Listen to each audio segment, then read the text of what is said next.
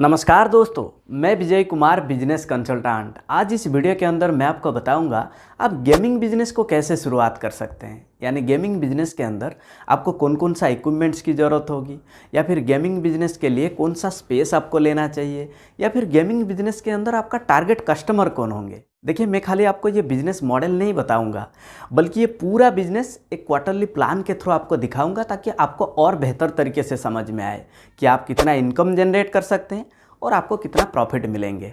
तो चलिए शुरुआत करते हैं, परंतु वीडियो में आगे बढ़ने से पहले आप चैनल को सब्सक्राइब कर दीजिए। अगर आपको पसंद आए तो लाइक और शेयर जरूर करें। अब देखिए, सबसे पहले गेमिंग बिजनेस के अंदर कौन कौन सा पॉपुलर गेम है जो कि ज़्यादातर लोग पसंद करते हैं, और ऐसे गेम आपके गेमिंग जोन में होना चाहिए। देखिए, रोड रेस ये एक बहुत ही पॉपुलर गेम है जो कि ज़्यादातर लोग पसंद करते हैं।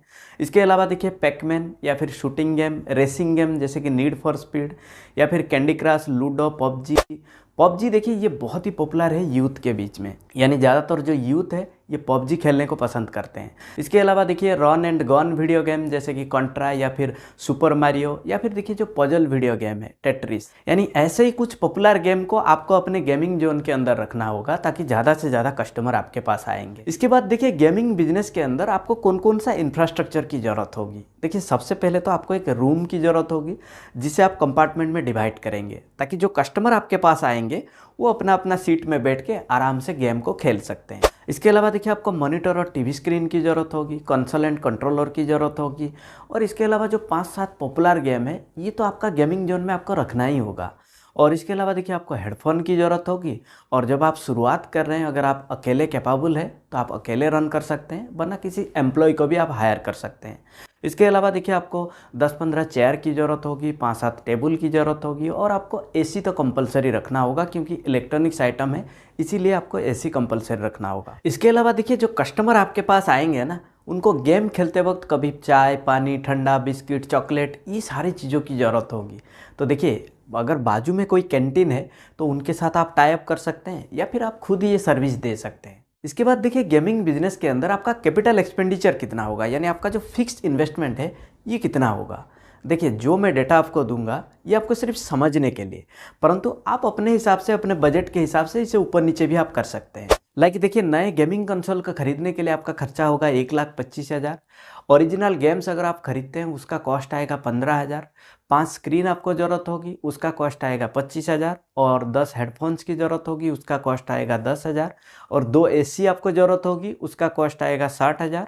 और कुछ फर्नीचर्स आपको ज़रूरत होगी, उसका भी कॉस्ट आएगा 20,000। यानी कुल मिला के 2,55,000 आपको ज़रूरत होगी। ये तो हो गया आपका फिक्स इन्वेस्टमेंट। परंतु आपका ऑपरेशनल एक्सपेंडिचर जो कि हर महीना आपको खर्चा करना होगा, वो आप देखिए, एक एम्प्लॉय अगर आप रखते हैं तो उनको हर महीना सैलरी देना होगा, मान के चलिए 12,000। और आपको हर महीना रेंट भी देना होगा, उसका कॉस्ट आएगा 15,000। और इलेक्ट्रिसिटी बिल ये भी आपको हर महीना देना होगा, मान के चलिए 20,000। और मार्केटिंग कॉस्ट जो कि आपको हर महीना खर्चा करना होगा, ये भी मान के चलिए 5,000। तो टोटल आपका कितना हो रहा है, 52,000। यानी आपका कैपिटल एक्सपेंडिचर और आपका ऑपरेशनल एक्सपेंडिचर, ये दोनों मिला के 3 से 3.5 लाख के बीच में आप इस बिजनेस को शुरुआत कर सकते हैं। हालांकि ये जो इन्वेस्टमेंट है ना, ये आप ऊपर नीचे भी कर सकते हैं, अपने बजट के हिसाब से, अपने इन्वेस्टमेंट के हिसाब से आप ऊपर नीचे कर सकते हैं। मैं जो डाटा दिया ना, ये डाटा सिर्फ आपको समझने के लिए। अब देखिए, गेमिंग बिजनेस के अंदर गेम का प्राइस को आप कैसे डिसाइड करें और इनकम कैसे होती है। देखिए, सपोज एक एवरेज सेशन 15 मिनट या 15 मिनट से कम, यानी 15 मिनट तक खेले जाने वाले जो गेम है ना, उस पर आप 50 रुपीज़ ले सकते हैं। या फिर देखिए, एवरेज सेशन 30 मिनट्स, यानी 30 मिनट्स तक खेले जाने वाले जो गेम है उस पर आप 100 रुपीज़ ले सकते हैं। या फिर एवरेज सेशन जो 30 मिनट से ज़्यादा, यानी 30 मिनट से ज़्यादा खेले जाने वाले जो गेम है ना, उस पर आप 150 रुपीज़ आप ले सकते हैं। अब देखिए, सपोज आप एक दिन में ना 50 सेशन करवाते हैं, यानी पर डे आपका 50 सेशन होता है, और जो प्राइस है ना, एवरेज प्राइस मान के चलिए आप 50 रुपीज़ भी लेते हैं, तो फिर आपका पर डे इनकम कितना होगा, 2500। और मंथली इनकम कितना होगा, 75,000। इसके अलावा देखिए, आपके गेमिंग बिजनेस के अंदर आप और भी इनकम जनरेट कर सकते हैं। यानी सपोज देखिए, आपके गेमिंग जोन में हर दिन कितना लोग आ रहे हैं, 50 लोग, तो महीने में कितना, 1,500 लोग। जब इतने लोग आपके गेमिंग जोन में आएंगे तो उनको देखिए, गेम खेलते वक्त चाय, ठंडा, बिस्किट, चॉकलेट, चिप्स, स्नैक्स, ऐसे आइटम की ज़रूरत होगी। मान के चलिए, अगर 50% लोग ऐसे आइटम को खरीद लेते हैं तो हर एक सेल पे देखिए आप प्रॉफिट कमा सकते हैं। यानी मान के चलिए अगर आपको पर पर्सन 10 रुपया प्रॉफिट भी मिल जाते हैं तो फिर हर महीना आप 5-7 हज़ार आपका एक एक्स्ट्रा इनकम होती रहेगी। परंतु देखिए इस बिजनेस का एक क्वार्टरली प्लान मैं आपको दिखाऊंगा जहां से आपको और बेहतर तरीके से समझ में आएगा कि आपका इनकम कितना होगा और आपका प्रॉफिट कितना होगा। तो चलिए शुरुआत करते हैं। सबसे पहले देखिए मंथ 1 में आपका खर्चा कितना होगा। देखिए जब आप बिज़नेस को शुरुआत कर रहे हैं यानी गेमिंग जोन बिज़नेस को जब आप स्टार्ट कर रहे हैं तो फिर मंथ 1 में आपका जो खर्चा होगा ना, सबसे पहले देखिए सेटअप कॉस्ट जो कि 2,55,000 ये होता है आपका कैपिटल एक्सपेंडिचर, यानी आपका वन टाइम इन्वेस्टमेंट, आपका फिक्स इन्वेस्टमेंट होता है। इसके अलावा देखिए rent 15,000, employ salary 12,000, marketing cost 5,000, electricity cost 12,000, यानी टोटल आपका कितना जा रहा है 2,99,000। अब देखिए फर्स्ट मंथ में हमारा इनकम कितना हो रहा है। अब देखिए सपोज मान के चलिए हम पर डे 50 सेशन कर रहे हैं और एवरेज प्राइस 50 रुपीज़ के हिसाब से, तो फर्स्ट मंथ में इनकम कितना हो रहा है 75,000। और फूड प्रॉफिट पर पर्सन अगर हम 10 रुपया लेते हैं तो कितना हो रहा है 7,500, जो कि टोटल 82,500 हमारा फर्स्ट मंथ में इनकम हो रहा है। परंतु खर्चा कितना हो रहा है देखिए लगभग 3 लाख।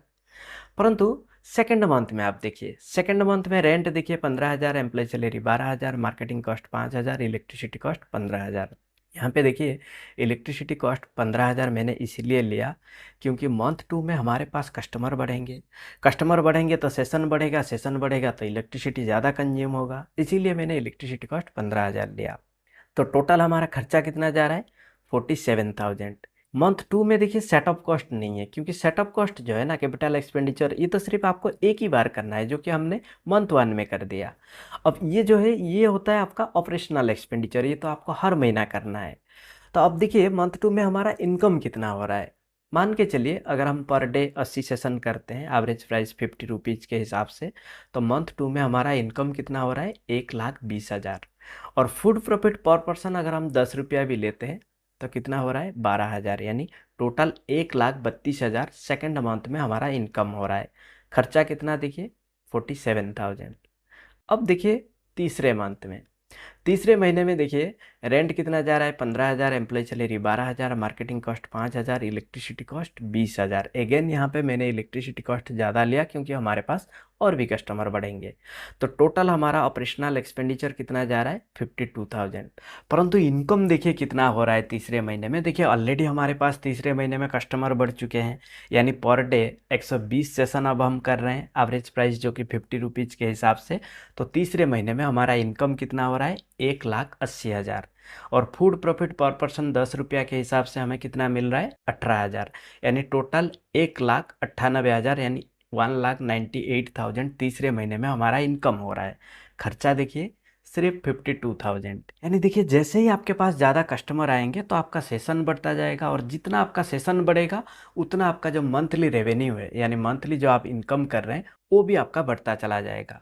तो ये सबसे महत्वपूर्ण है कि जितना ज़्यादा आपके पास कस्टमर आएंगे उतना आप इस बिज़नेस के अंदर इनकम कर सकते हैं। इसके बाद देखिए लोकेशन। देखिए गेमिंग बिजनेस के अंदर लोकेशन बहुत ही महत्वपूर्ण है। यानी आप शुरुआत करिए जहाँ पे स्कूल कॉलेज है उसके आजू बाजू में आप शुरुआत करिए, या फिर देखिए जो रेजिडेंशियल एरिया है वहाँ पे आप शुरुआत करिए, या फिर देखिए जो पार्क होता है ना पार्क के अंदर या फिर आजू बाजू में भी आप शुरुआत कर सकते हैं। यानी जहाँ पे ज़्यादा फुटफॉल है ना वहाँ पे आपको शुरुआत करना चाहिए। ऐसे ही देखिए जो सी बीच होता है ना, सी बीच के आजू बाजू में अगर पार्क है वहाँ पे भी ज़्यादा फुटफॉल मिलता है सी बीच पे, तो वहाँ पे भी आप शुरुआत कर सकते हैं।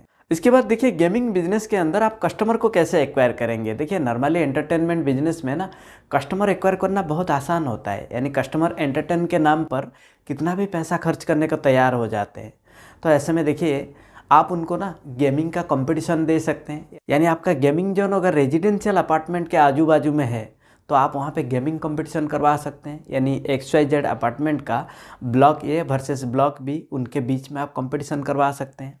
और इसके अलावा देखिए आप फेसबुक में भी ऐड रन कर सकते हैं। अगर आप बजट आपके पास है, आप पैसा खर्च कर सकते हैं, तो फिर आप फेसबुक में भी आप ऐड रन कर सकते हैं। इसके अलावा देखिए पॉम्पलेट आप डिस्ट्रीब्यूट कर सकते हैं। इसके अलावा देखिए जो बर्थडे पार्टी होता है ना वहाँ पे भी आप गेमिंग कंपटीशन करवा सकते हैं होस्ट बन के। यानी देखिए ऐसे बहुत सारे ट्रिक्स है कस्टमर को एक्वायर करने के लिए, परंतु आप टाइमिंग के हिसाब से ये सारी चीज़ें करके कस्टमर को एक्वायर कर सकते हैं। इसके अलावा देखिए गेमिंग बिजनेस के अंदर कुछ इंपॉर्टेंट फैक्टर है जो कि आपको बहुत ज़्यादा ध्यान में रखना होगा। सबसे पहले देखिए लेटेस्ट गेम कलेक्शन। देखिए आपके गेमिंग जोन में ना लेटेस्ट गेम होना चाहिए, ताकि आप नए कस्टमर को तो अट्रैक्ट करेंगे और आपका जो लॉयल कस्टमर है उनको भी आप ज़्यादा ऑप्शन प्रोवाइड कर पाएंगे। और दूसरा देखिए अफोर्डेबल चार्जेस। देखिए आपका जो चार्जेस होगा ना, ये अफोर्डेबल होना चाहिए आपके कस्टमर के लिए, क्योंकि देखिए गेमिंग बिजनेस में ज़्यादातर आपके कस्टमर कौन होंगे? स्कूल कॉलेज के बच्चे, और इनके पास इतना पैसा नहीं होता है। अगर आप अनाप शनाप प्राइस रख देंगे ना, तो फिर आपको कस्टमर मिलना भी मुश्किल हो जाएगा। तो इस वीडियो के अंदर इतना ही था। अगर आपको वीडियो पसंद आए तो लाइक और शेयर जरूर करिए, और चैनल को आप सब्सक्राइब कर दीजिए, ताकि ऐसे वीडियो आपको लगातार मिलते रहेंगे। तब तक के लिए मैं विजय कुमार आप सभी लोगों को हृदय की गहराइयों से बहुत बहुत धन्यवाद।